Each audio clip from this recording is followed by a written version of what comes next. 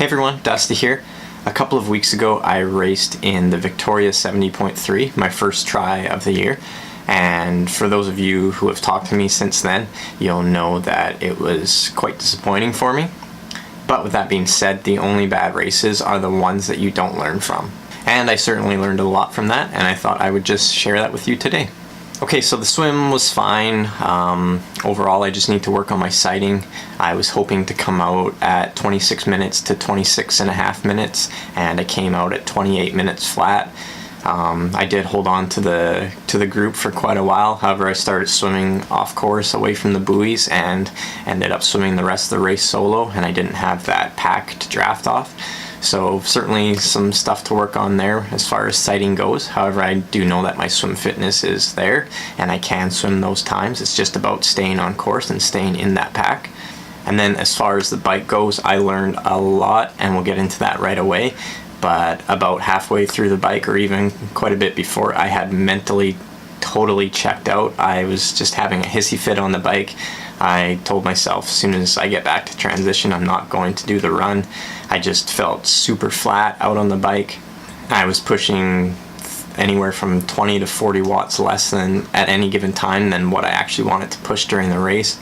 So that was very demoralizing for me, and coming off the bike with my bike split, I knew that there was no way I was going to be able to run up into the podium and even get that last cash spot.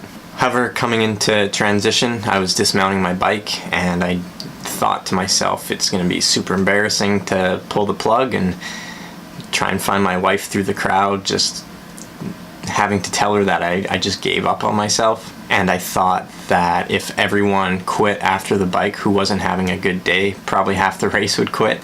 So I told myself to suck it up, and I ended up having a decent run. I think top 4 run time, around 1:18 on the half course, and it was a trail run, so I was pretty happy with that. If I had a bigger carrot to chase, like a podium spot, I probably would have won a little bit faster as well. But where I learned the most from this race was a few days later when I went on a triathlon forum, slowtwitch.com. There's a thread that someone started, and it was post your average power in watts that you rode during the Victoria 70.3, as well as your time and your weight. So I went on there, I was curious, and it turns out I had actually put out more watts than some of the people who went quite a bit faster than me, and I even weigh quite a bit less than them. So if you know anything about power to weight and aerodynamics, you'll know that that is very bizarre. If two athletes weigh, say, 20 pounds difference, and the lighter athlete puts out, say, 20 to 30 watts more over the course of 90K, they should be light years ahead of them.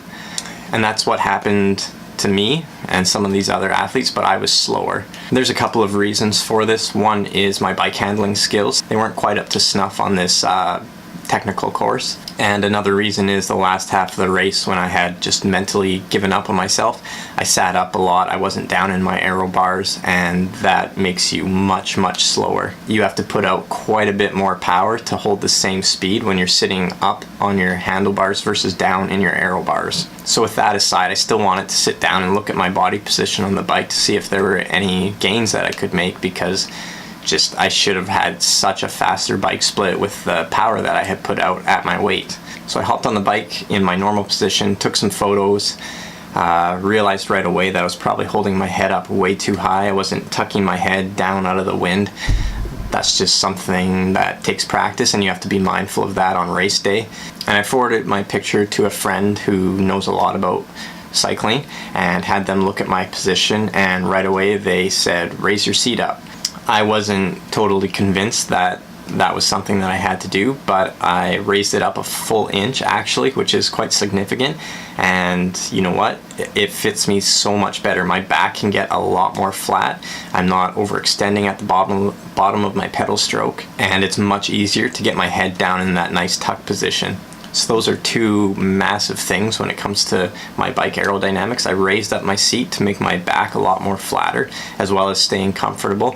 And then I'm a lot more mindful now of tucking my head down and out of the wind. And then lastly, another thing that I did was I was able to move my aero bar pads forward just about half an inch, which gets me even just a little bit lower as well, while staying comfortable. So in a week, I went through some pretty crazy emotions. I went from being halfway down the bike on race day to thinking, what the hell is wrong with me? I can't push this power. I should be able to push this power, to finishing the race and actually feeling good that I actually went through with it and finished it, to a few days later being on that forum and seeing some of the power that other people put out and thought, oh, my bike split shouldn't have been that much slower than some of the other people.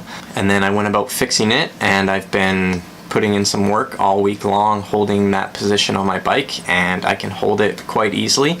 And I'm super excited about my next race, because not only am I going to put out more power, but I'm going to put out more power holding that much more aerodynamic position.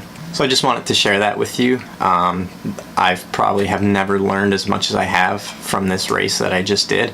I'm going to be a lot more mindful now of where I'm holding my head position during race day, and I made quite a few changes on my bike position as well.